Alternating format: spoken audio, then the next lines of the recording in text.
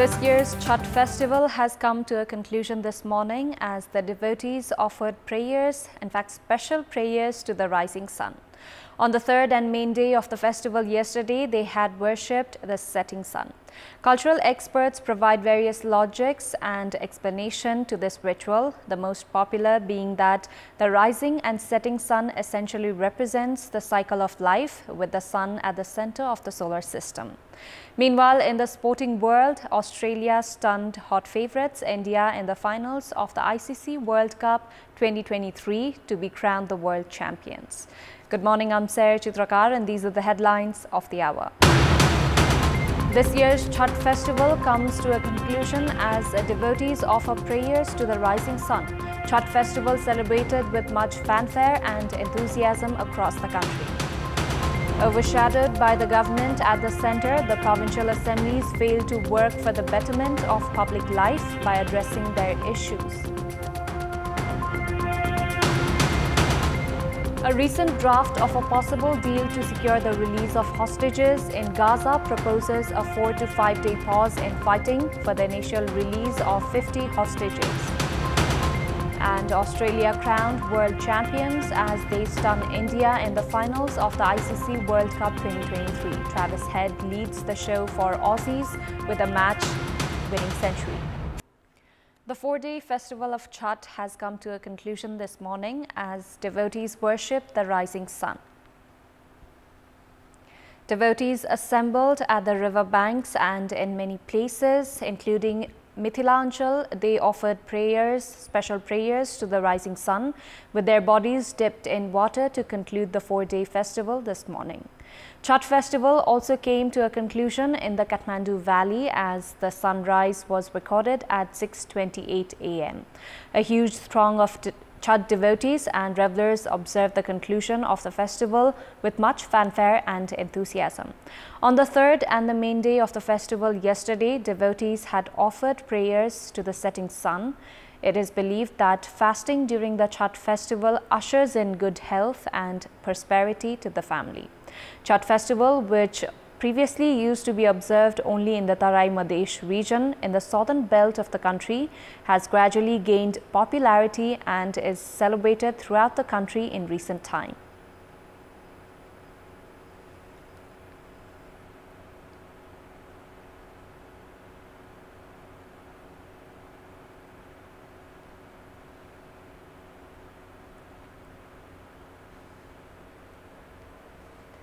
In our Public Voice segment, we had asked people in several provinces which aspect of the Chhat festival they liked the most. Let's take a look at what they had to say.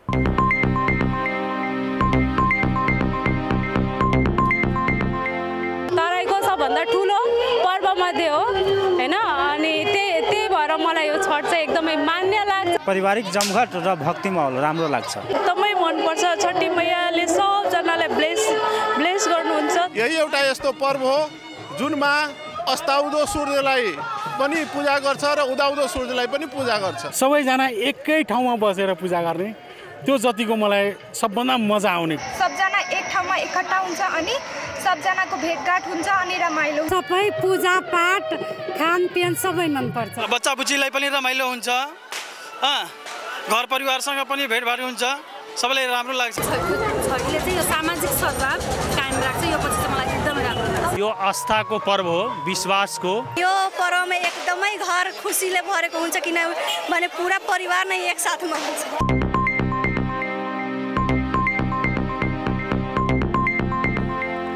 Israel Defense Forces IDF has confirmed that a Nepali citizen Bipin Joshi of Kantipur is among those held hostage by Hamas militants.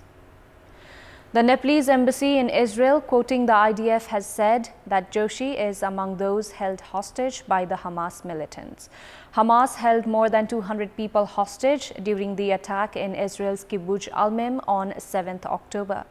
The Nepalese embassy in Israel has further added that they do not have latest update regarding Joshi's condition. Spokesperson of IDF, Daniel Hogari, said that efforts are underway to ensure safe release of all the hostages held by Hamas. IDF has said that it has been confirmed through the CCTV footages that the hostages are being held at hospitals in Gaza. Meanwhile, Nepal's senior foreign ministry official has said that a Nepali ambassador to Israel, Kanta Rijal, and a Nepali ambassador to Qatar, Naresh Bikram Thakal, were instructed to take up the matter of Joshi's safe release with the Israeli and Qatari officials. Rijal met with Israeli President Isaac Herzog and other senior officials and took up the matter, but there has been no progress. According to the Nepalese embassy in Qatar, Thakal also met with senior Qatari officials on 2 occasions and sought their help in releasing Joshi. However, the Qatari officials have yet to respond. Over 2,000 youths from the nation are opting for employment abroad on a daily basis in the face of economic recession, lack of employment opportunities, among other reasons. Human traffickers, in the meantime, are thriving on the opportunity as they charge hefty amount, taking unsuspecting youths through illegal routes on their way to the US, Europe, and Canada. Many of these youths even lose their life in the course of the perilous journey. According to Nepal police, over 8,000 youths are currently in course of illegally trying to reach the US. 32-year-old Subhash Shrestha from Sindhupalchok's Barabise on 24th of August had paid 8 million rupees to the agents 3 months ago to go to his dream destination, America. However, he was arrested by the American immigration as he crossed Mexico to land on US territory in late September. Shrestha had called his family members on 12th of November as he had said that everything was under control. However, the family members received the news of his death the very next day while he was in detention of the immigration office. Human Trafficking Prevention Bureau of Nepal Police has informed that some 178 Nepali nationals have been stopped from using illegal routes to go abroad in the past 5 years. However, the trend of paying millions of rupees to the trafficking agents to reach out to destinations including the USA, Europe, and Canada has continued unabated. The Bureau has estimated that some 5,000 youths are currently using the illegal route to land in these destinations illegally. The human traffickers are found to comb the villages in search of unsuspecting youths to trap them. The employment experts say that the government has not been able to raise awareness regarding possible consequences when people use illegal routes to reach their destinations.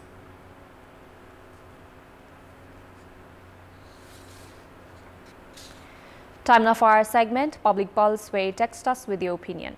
Public Pulse. Here's the question. What should be done to prevent from the clutches of human traffickers? The options are A, general awareness, B, tough actions, and C, better employment back home. Voting is on. Tap any WS, select your option A, B, or C, and send it to 34001 to share your opinion with us. All the 7 provinces have spent the first year of the second term of the government.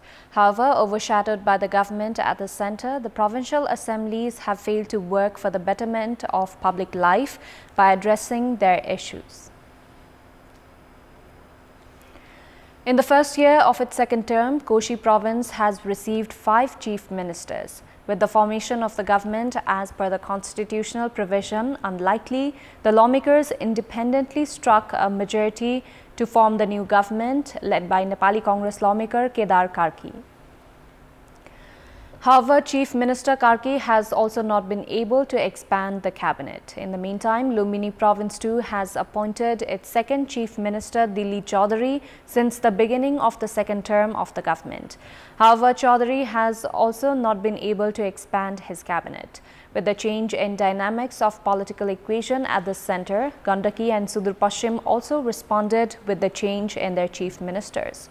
Political analysts say that provincial assemblies have been influenced by the politics at the centre as they have failed to address the issues of public concern, which in turn has raised questions over the very roots of federalism itself. Time now for international update.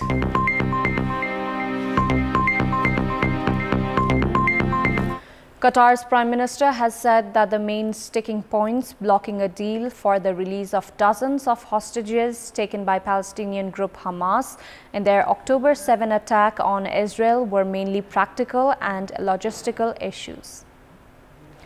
Speaking at a joint press conference with European Union Foreign Policy Chief Josep Borrell in Doha, Qatari Prime Minister Sheikh Mohammed bin Abdul Rahman Al Thani said talks were going through ups and downs, but said he was confident the captives would be returned soon and a deal was close. A recent draft of a possible deal to secure the release of hostages that Hamas is holding in Gaza proposes a 4 to 5 day pause in fighting for the initial release of 50 hostages, two sources familiar with the talks have said. One key issue yet to be finalized is how to implement the deal, including around aid shipments to Gaza. One source familiar with the negotiations said on the heels of a meeting between Qatar's Prime Minister and Brett McGurk, the White House coordinator for Middle East affairs. Qatar has served as a main interlocutor in the talks. Israel has publicly demanded that all hostages be released. Hamas indicated it would be willing to release 50 hostages over a multi-day pause. More hostages, around 20 to 25, could be released after that as the pauses are extended. Thousands of Israeli protesters, including family members of hostages held by Hamas, marched from Tel Aviv to Jerusalem to urge the government to cease fire in exchange for the release of hostages. Egypt, the United States and Qatar have been involved in efforts to secure a release deal, but so far only 5 hostages have been freed. The conflict has so far led to the death of over 13,700, according to official data released by both sides.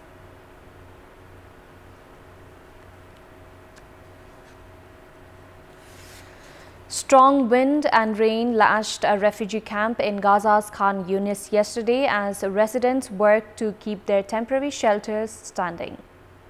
Plastic sheets used for the shelters, walls and roofs were whipped in the wind, while rain created large puddles on the ground between tents at the UNRWA Vocational Training Center in the Mawasi area of Khan Yunis. Camp inhabitants could be seen mending and strengthening their temporary homes. As the bad weather hit the area, some fixed wooden frames beneath plastic sheeting, while others dug trenches in the camp's passageways. According to the United Nations, 22,000 displaced people were sheltering in the camp as of mid-October. Earlier in the conflict, Israel had urged displaced Palestinians to head to Al-Mawasi, close to the southern coast.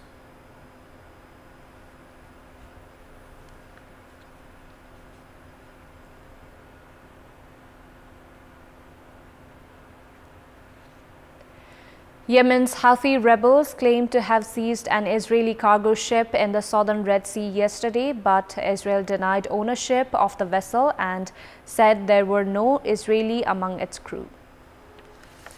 Renewing the rebel group's threat to target all ships belonging to or dealing with Israel, Syria called on all countries whose citizens work in the Red Sea to stop any activity with Israeli ships or ships rented by Israelis. Hours earlier, the Israel Defense Forces said in a statement that the Houthi took control of the cargo ship near Yemen in the southern Red Sea, adding that the vessel was heading from Turkey to India.